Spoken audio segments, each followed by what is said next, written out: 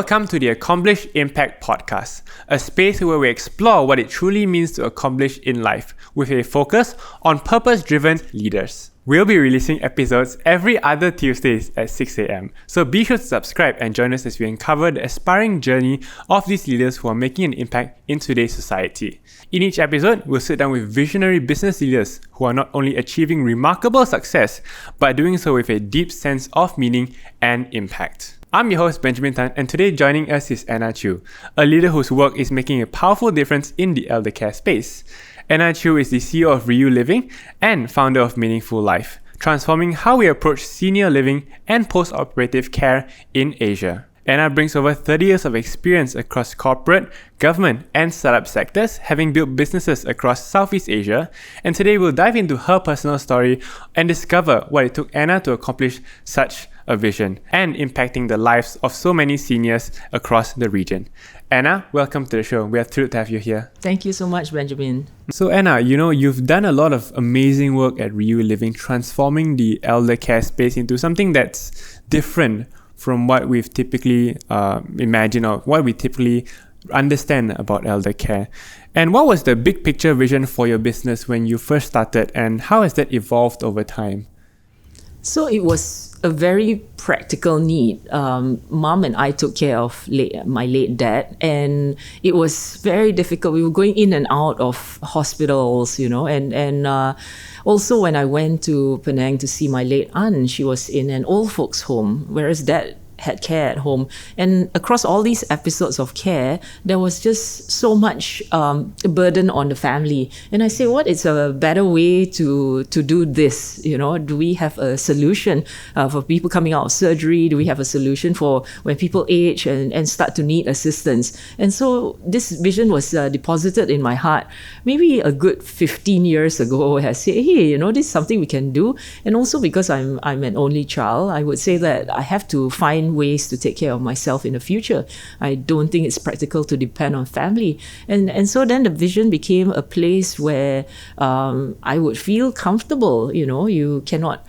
Nobody, I think, has liked the product so far. When you talk about old folks' home, the first thing that comes to mind is squalid. There's no sign of happiness in there. Everyone is just passing away and all that. And I said, it's such a sad space. What can we do to transform this into something that can really, really help families, touch lives? And so then the vision began to be built all those years ago, actually. I see. Yeah, I think you've truly made an impact in so many of these people's lives. I think for all of us who have parents or grandparents who are a bit elderly, we've probably all seen what it's like to be in a retirement home. It's a place where you probably don't want to spend the last days there. It's a place where, even in some places, they're crammed in hallways. There's limited nurses and things like that. And I think you've truly made an impact in all these people's lives. And how did your personal sense of purpose actually help you shape the vision for this company? It is... I suddenly don't know how to answer that. I think having a very clear vision is more important. The purpose is really to help people. That's part of the meaning of life, isn't it? There's a reason why we exist today, to fulfill a certain purpose, actually. And for me, if it was just helping society be able to age better, I think that is a very compelling reason to wake up every morning and to go to work with that purpose, to say that, okay, how can I transform this? So with that, in my heart, you go about thinking, okay, what's the best way to do it? And you start thinking of the whole process itself, even our technology that we have. I think I showed it to you, our so-called call bell, right? It was built around how can we track people better, how to give them peace of mind, all this has a purpose. Even the products that we build has a purpose. The service that we put together, the way we design everything in our design thinking has to have a purpose. And so it's intentional. And I think it really drives the way we think about building the product, the service, that it has to solve a certain problem. Yeah, I think that's so true. I think I really like how your product isn't just a good product. I think even your company name is called Meaningful Life. It's not good life or great life, it's meaningful life. It's really giving these people meaning in life and a reason to live. I think that's just so great. But I think, probably being an entrepreneur in this space is something that wasn't easy. Like, the norm for retirement homes and retirement living has always been, like we've talked about earlier, right? A bit sad, people crammed together, a place where you really don't want to spend the last days of your lives. What challenges have you faced, and how has your vision actually helped you face those challenges? So in this line, it is actually very people-centric. It's developed around a lot of care.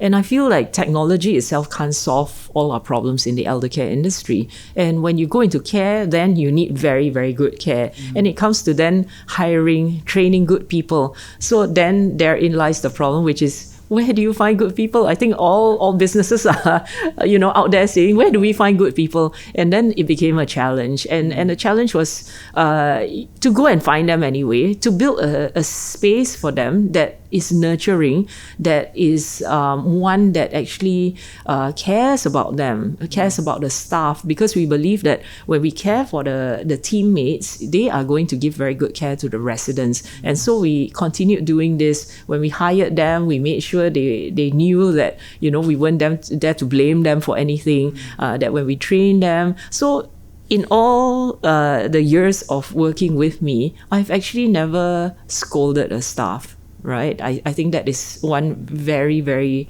important way to let them feel like it's safe. I can make mistakes here, but I need to learn from it. Okay, we had kindness shown to us, and also then to be able to show kindness to other people. And so first we care for them, but the truth also is that we have to ask them to display the concepts of truth. That's something we apply into our business as well when dealing with both the customers as well as our teammates. Yeah, I think I can definitely see you apply truth, competence, and care in the work that you do. Truth, competence, and care is such a big thing in the accomplished community, where we always remind ourselves that when we run a business and everything that we do, we should do with truth, competence, and care.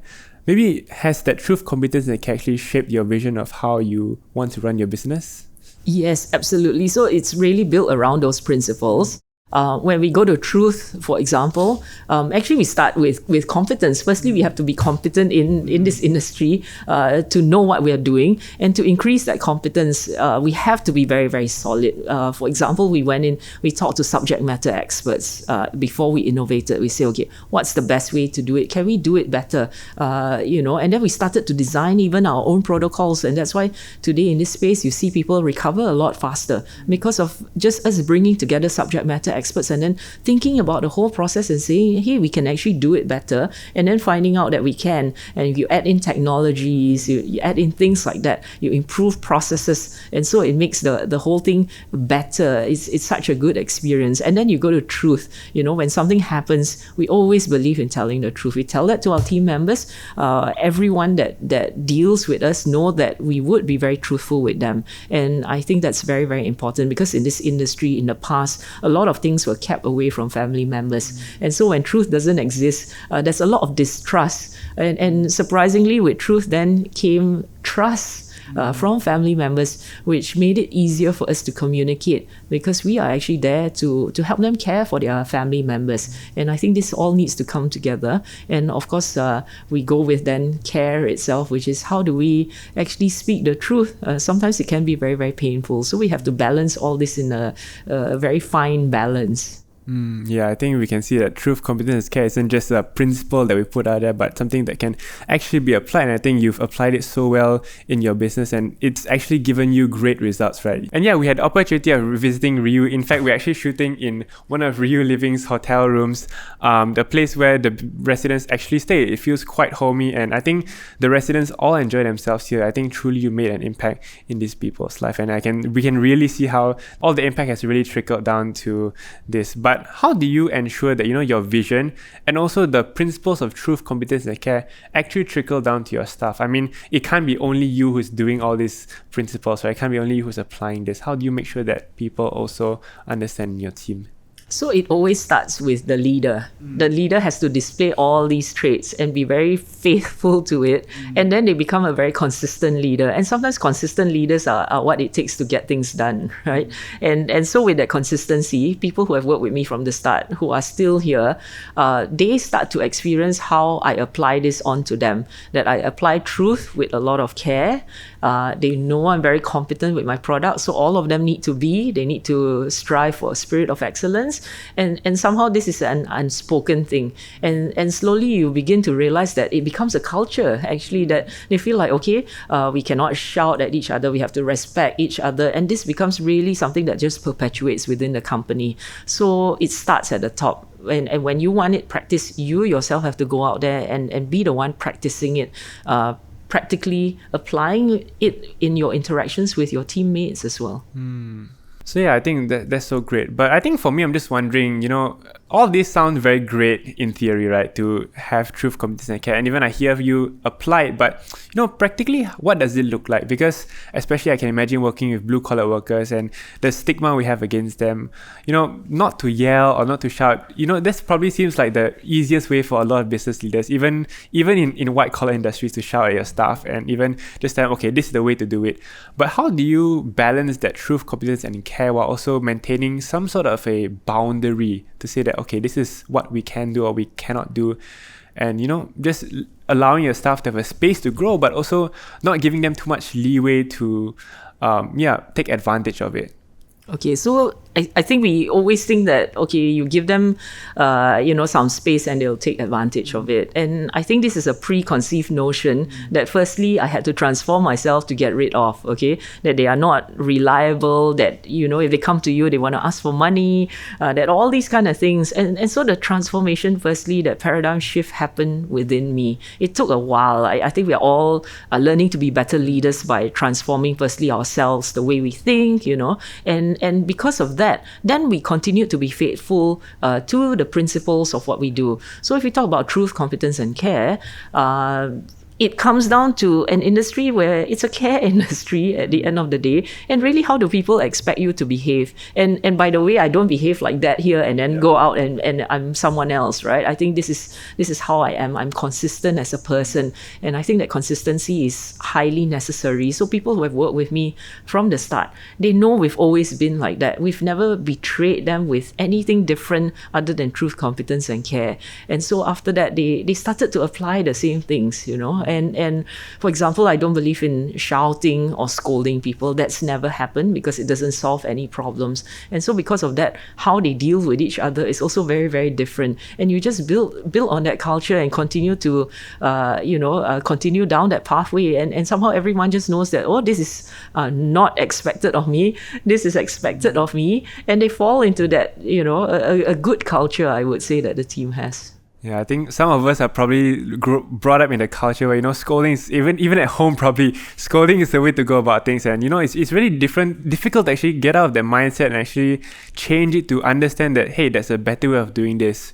Right, yeah, and I think it's so amazing to actually see a real life example and know that, hey, this is possible, that I don't always have to be stuck in that mindset that, I always have to scold my workers or have to shout at them, that there's a better way to show that love and competence and don't have to worry about them taking advantage of it, because I know that if I trust them and give them enough trust and they know that I trust them, then they probably won't take advantage of it. And so because of that, we are able to bridge a lot of difficult conversations. We often do that, and that bit is where truth has to happen, right? We have to talk about incidences and we bring out the truth. We give them a chance to voice out, and then we mediate the whole process to make sure that both sides have an understanding of what has happened, what is required, what is expected. And so I think that's a more matured way as well, because we have to grow them as well. As they become more mature, they'll naturally display better traits, and I think that's the key point in us giving them a chance also to be able to explain their side. And oftentimes when we do that, we become closer as a team, and we start to see that, hey, it is not what you think it is. There are also things that we have to learn from them, to be fair, and then we understand each other better, and so then the incident seldom happens again. So it is actually a very nice working environment for us to grow together. Yeah, I think that's so good. Giving them a space to also grow, because I think at the end of the day, our staff are not just people who come here to do work for us. They're also people who are here to, on our behalf, make an impact to our vision, right? Going back to your vision, how they are contributing to your vision, right? Yes. I think I like what you said about, always learning that, we're not just learning from people who are better than us, but also even from our staff, people who we might not think that we might get lessons from. I think I really, really like that. And actually, you think about it, if I have my caregivers are way more competent than me at their job, right? Of being a caregiver. And everyone that is tasked to do something must always be more competent in a way, eventually be more competent than the boss themselves. And this way, when you do that, you have a resilient team. You have a business that can grow. It becomes sustainable. If I just go and scold them and say, you're not good enough, it's just me that can do the work, I think you're going to end up doing it yourself, and the business cannot grow, it cannot scale, right? So one of the things we do is everything is given a safe space. When you want to innovate, and we do a lot of innovations, the reason why my team is also very good at innovating is I give them a safe space. I say, okay, let's go into it. How do we want to solve this problem? Let's come up with option A and B, and let's roll out plan A, and very quickly, if it fails, let's cut it, go for plan B, or let's discuss it and maybe what do we change in it to allow you to grow. So they know that they can fail. They are allowed to fail in a manner that allows them to grow, and they know that they won't be scolded for it, they won't be blamed for it. So then they become more open and free to be able to start to try to innovate. And in time, this just becomes also back to a culture thing. Yeah, I think it's so much better when you get your team together to come together and share that same vision and same purpose, right? And I think when it comes to strategizing, when it comes to making business decisions, how do you make sure that everything aligns with that purpose? Because, probably there are a lot of people involved, there's a lot of thought that comes into play, there's a lot of practical aspects that you need to consider and also balance. How do you make sure that all those things still come in line with your purpose and your vision?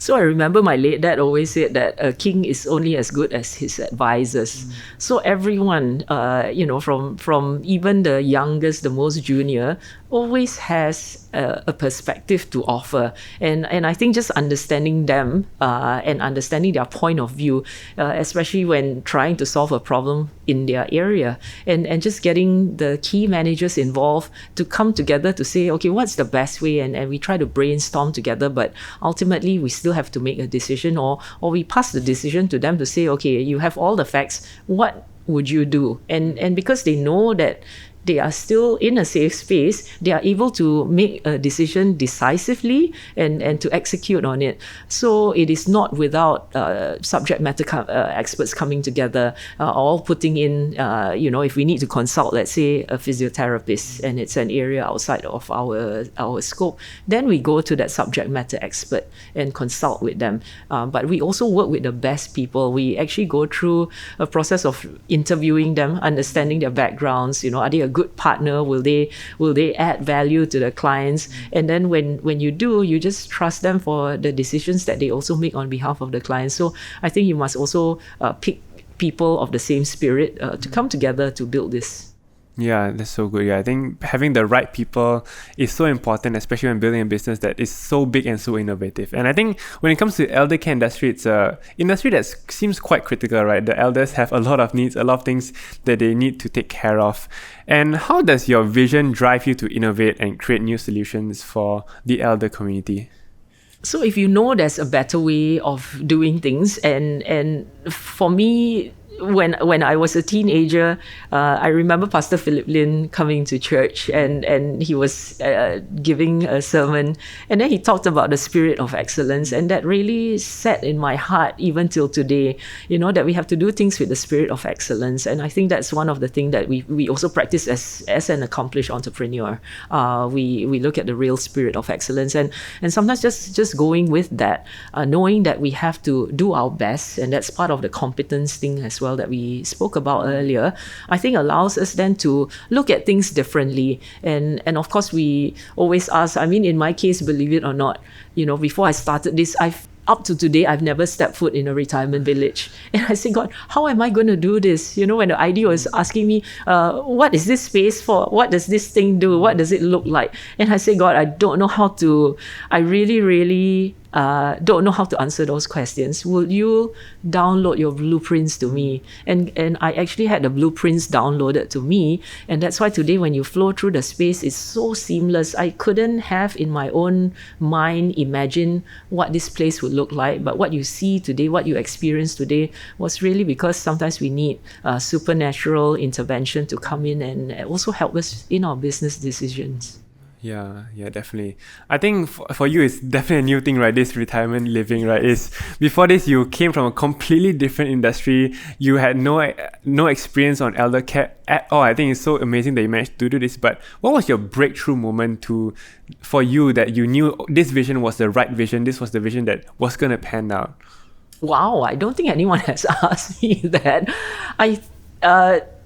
Actually, okay, prior to this, so I invested in an eldercare business. And then what I decided to do after that is, we were at the end of our journey together and we say, okay, let's part ways. We're friendly and that needs to happen in the industry. I feel we are all growing it together.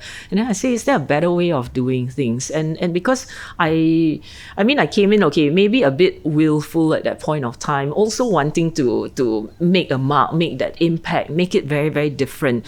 But that really drove me forward.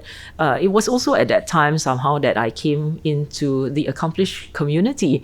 And I think we had a better way forward that, set God forward as the CEO, for example. That is one of the things that we practice. And because he's the CEO, I just have to think to myself, how am I going to be a very, very good steward? And just practicing principles of being a very good steward then help me stay the course, help me to think about innovation, knowing that there's backing, there's a CEO behind willing to back me, give me ideas, be there to support me. And I think that allowed me to then start to innovate in a space, knowing that, okay, this might work. Okay, I'm going to try it out. Same thing I apply to my team, I apply to myself. I'm kind to myself. I give myself that space to be able to succeed or fail or, just test out new ideas. I spoke to a lot of people.